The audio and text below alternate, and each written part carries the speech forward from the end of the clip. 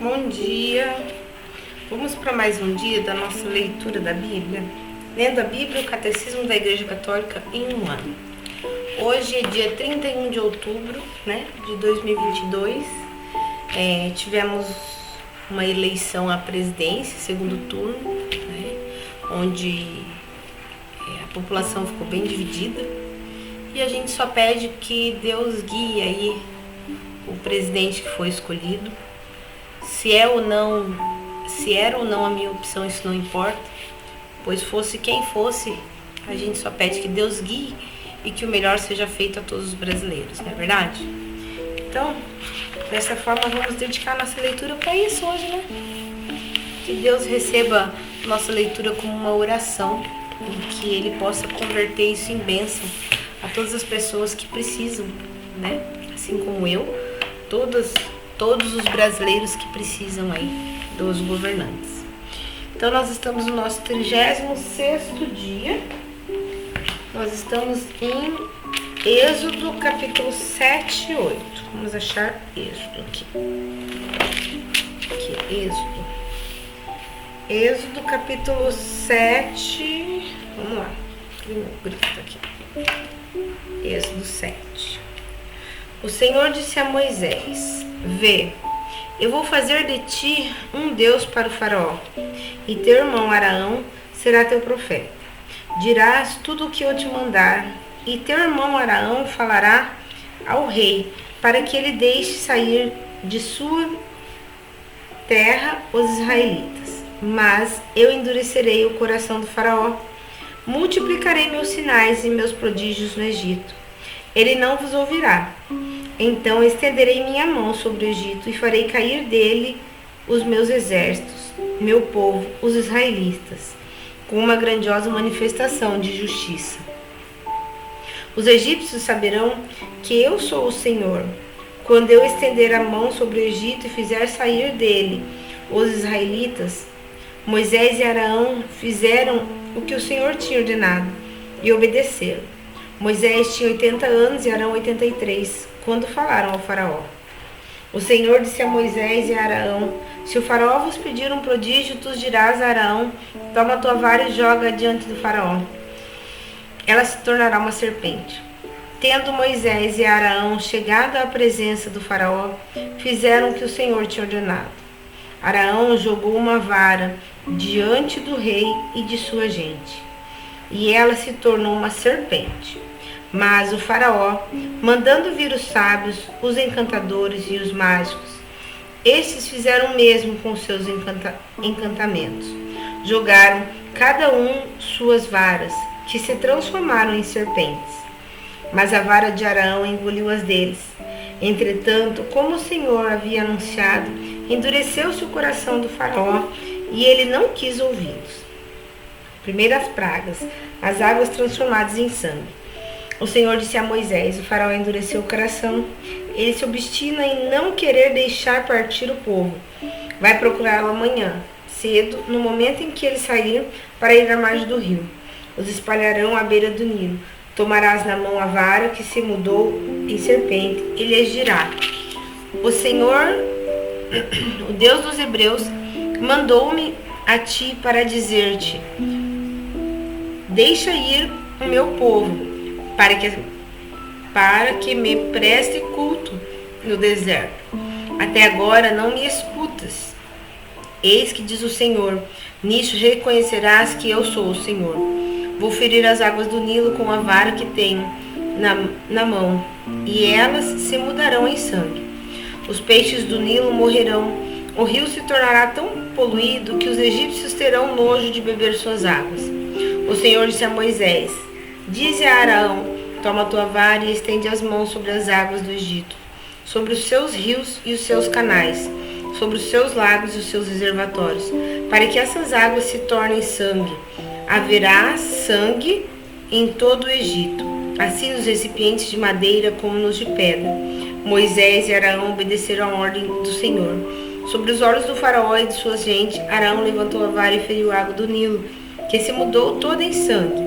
Morreram os peixes do Nilo, e o rio tornou-se tão poluído que os egípcios não podiam beber as suas águas. Houve sangue em todo o Egito. Mas os mágicos do Egito fizeram outro tanto com os seus encantamentos. O coração do faraó permaneceu endurecido, e como o Senhor havia predito, ele não ouviu Moisés e Arão. Voltou e entrou em sua casa, sem mais se cuidar do acontecido.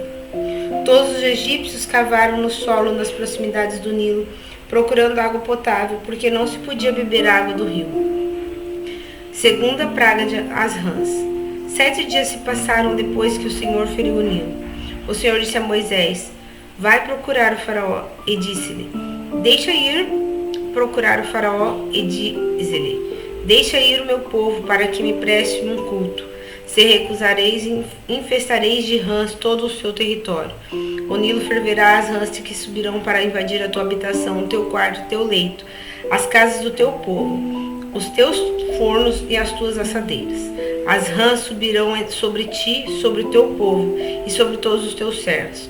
O Senhor disse a Moisés: dize a Arão: estende as tuas mãos com a tua vara sobre os rios, os canais e os lagos, e faz subir as rãs sobre a terra do Egito. Arão levantou a mão sobre as águas do Egito, e as rãs subiram e as cobriram de terra. Os mágicos, porém, fizeram outro tanto com seus encantamentos. Fizeram subir as rãs sobre a terra do Egito. O faraó mandou chamar Moisés e Arão. Intercedei-lhes, disse-lhes ele, junto do Senhor, a fim que afaste as rãs em mim do meu povo, e deixarei partir o vosso povo, para que vos ofereça um sacrifício ao Senhor. Moisés respondeu-lhe: digna-te dizer-me quando é que devo interceder por ti, por teus servos e por teu povo, para que o Senhor afaste as rãs de tua pessoa e de tua casa, de sorte que fiquem somente no rio. Seja amanhã, disse ele. Moisés explicou: será feito segundo o teu desejo, para que saibas que não há ninguém como o Senhor nosso Deus. As rãs se afastarão de suas esposas, de suas habitações, de seus servos e de teu povo, e ficarão somente no Nilo. Moisés e Arão saíram da casa do rei, e Moisés invocou o Senhor a respeito das rãs que enviara contra o faraó. Fez o Senhor o que pedia a Moisés. Morreram as rãs nas casas, nas praças, nos campos. Ajuntaram-nas em montões, e o país ficou poluído com isso. Mas vendo o faraó que havia descanso, endureceu o coração, e como o Senhor havia predito, não ouviu Moisés e Arão. Os mosquitos. O Senhor disse a Moisés: dize a Arão: levanta a tua vara e fere o pó da terra, que se transforme em mosquitos em todo o Egito. Fizeram assim. Arão estendeu a mão com sua vara e feriu o pó da terra. Houve mosquitos sobre os homens e os animais. Toda a poeira da terra se transformou em mosquito em todo o Egito. Os mágicos, usando seus encantamentos, tentaram produzir mosquitos, mas não o puderam. Os mosquitos ficaram sobre os homens e os animais. Então os mágicos disseram ao faraó: isso é o dedo de Deus. Mas o coração do faraó permaneceu endurecido, e como o Senhor havia predito, não ouviu Moisés e Arão. As moscas. O Senhor disse a Moisés: irás amanhã de manhã apresentar-te diante do faraó. Quando ele sair para ir à margem do rio, ele agirá: eis que o que diz o Senhor: deixa partir o meu povo para me prestar culto. Se recusares, mandarei moscas sobre tua pessoa, tua gente, teu povo, tuas casas. As casas dos egípcios serão todas invadidas por elas, bem como a terra em que moram. Farei, porém, uma exceção naquele dia para a terra de Gesem, onde habita o meu povo. Ali não haverá moscas, para que saibas que eu, o Senhor, estou no meio da terra. Farei, pois, uma distinção entre o meu povo e o teu. Amanhã terá lugar nesse prodígio. Assim fez o Senhor.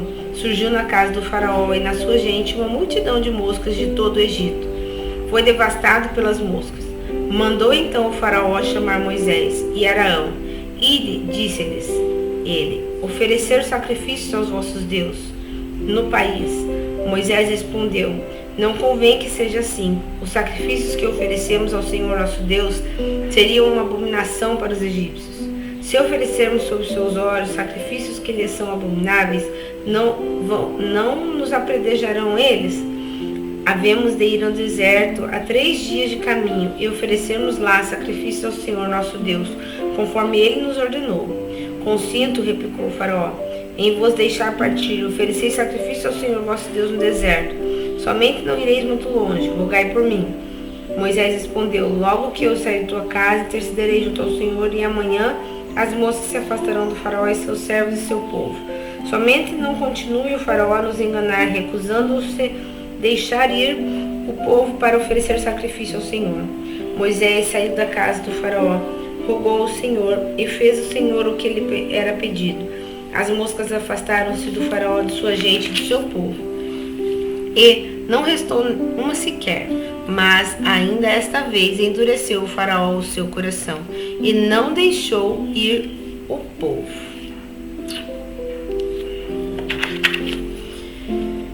As pessoas, né? Às vezes a gente não acredita naquilo que Deus fala. A gente paga pra ver, né? Não tô falando mais daquela época, não. Falo de agora, falo de sempre. A gente tem esse coração muitas vezes endurecido. Mas Deus vai nos ajudando para que a gente possa ir limpando o nosso coração, né? E aí a gente fala de coração e é o que eu peguei dentro da minha Bíblia. Sagrado Coração de Jesus. Que o Sagrado Coração de Jesus seja a nossa luz, né? Deus, que salmo achei. Então aqui no Salmo, nós estamos no Salmo 35. Justiça e providências divinas. Bem oportuno, né? O título. A iniquidade fala ao ímpio no seu coração. Não existe o temor a Deus ante os seus olhos, porque ele se gloria de que sua culpa não será descoberta nem detestada por ninguém. Suas palavras são más e enganosas. Renunciou a proceder sabiamente e a fazer o bem. Em seu leito ele medita o crime. Anda pelo mau caminho, não detesta o mal. Senhor, vossa bondade chega até os céus, vossa fidelidade se eleva até as nuvens. Vossa justiça é semelhante às montanhas de Deus. Vossos juízos são profundos como o mar. Vós protegeis, Senhor, os homens como os animais. Como é preciosa a vossa bondade, ó Deus. À sombra de vossas asas se refugiam os filhos do homem. Eles se saciam da abundância de vossa casa. Eles dais de beber das torrentes de nossas delícias. Porque em vós está a fonte da vida. E é na vossa luz que vemos a luz. Continuai a dar vossa bondade aos que vos honram, e a vossa justiça aos retos de coração. Não me calqueie o pé do orgulhoso, não me faça fugir a mão do pecador. Eis que cairão os defensores da iniquidade, foram prostrados para não mais se erguer. É isso aí, né, Senhor? O Senhor vai mostrando os caminhos. Se a gente às vezes está errado, que a gente consiga enxergar, né? Vamos lá, agora Mateus, o capítulo 20. Deixa eu pôr meu coração aqui. Mateus, capítulo 20, do 1 ao 16. Proclamação do Evangelho de Jesus Cristo segundo Mateus. Parábola dos operários da vinha. Com efeito do reino, deixa eu marcar aqui, senão eu me empolgo, eu vou lendo, quando eu vejo, estou lendo tudo. Com efeito do reino, o reino dos céus é semelhante a um pai de família, que saiu ao romper da manhã, a fim de contratar operários para sua vinha. Ajustou com eles 1 denário por dia e enviou-o para sua vinha. Cerca da 3ª hora, saiu ainda e viu alguns que estavam na praça sem fazer nada. Disse-lhes ele: ide também vós para a minha vinha, e vos darei o justo salário. Eles foram. À 6ª hora saiu de novo, e igualmente pela 9ª hora, e fez o mesmo. Finalmente, pela 10ª hora, encontrou ainda outros na praça, e perguntou-lhes: por que estáis todo o dia sem fazer nada? Eles responderam: é porque ninguém nos contratou. Disse-lhes ele então: ide vós também para a minha vinha. Ao cair da tarde, o senhor da vinha disse ao seu feitor: chama os operários e paga-lhes, começando pelos últimos até os primeiros. Vieram aqueles da 1/10 hora e receberam cada qual um denário. Chegaram por sua vez os primeiros, julgavam que haviam de receber mais, mas só receberam cada qual um denário. Ao receberem, murmuraram contra o pai de família, dizendo: os últimos só trabalharam 1 hora, e desce-lhes tanto como a nós, que suportamos o peso do dia e do calor. O Senhor, porém, observou a um deles: meu amigo, não te faça injustiça. Não contratastes comigo um denário? Toma o que é teu e vai. Eu quero dar a este último tanto quanto dei a ti. Ou não me é permitido fazer dos meus bens o que me apraz? Porventura vês com maus olhos que eu seja bom?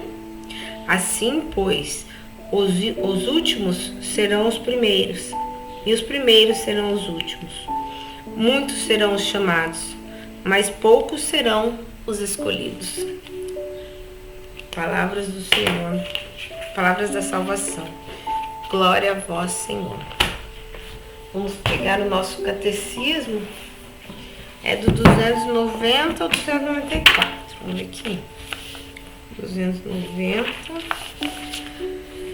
ao 294. Obra da Santíssima Trindade. No princípio, Deus criou o céu e a terra. 3 coisas são afirmadas nessas primeiras palavras da Escritura. O Deus eterno iniciou tudo que existe fora dele. Só ele é criador. O verbo criar, em hebraico, bara, sempre tem como sujeito Deus. Tudo que existe expresso pela fórmula do céu e a terra depende daquele que lhe dá o ser. No princípio era a palavra, e a palavra era Deus. Tudo foi feito por meio dela, e sem ela nada foi feito. O Novo Testamento revela que Deus criou tudo por meio do Verbo eterno, seu Filho bem-amado. Nele foram criadas todas as coisas, no céu e na terra. Tudo foi criado por ele e para ele. Ele existe antes de todas as coisas, e nele todas as coisas têm consistência.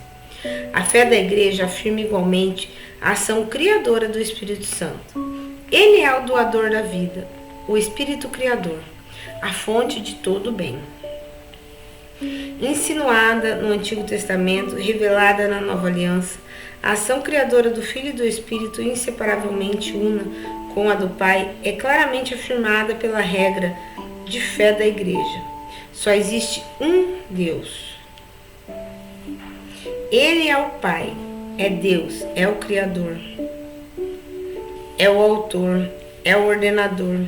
Ele fez todas as coisas por si mesmo, isto é, por seu verbo e sabedoria, pelo Filho e pelo Espírito, que são como suas mãos. A criação é obra comum da Santíssima Trindade. Então ficamos hoje aqui com mais uma leitura. Estamos no nosso 36º dia e amanhã damos continuidade.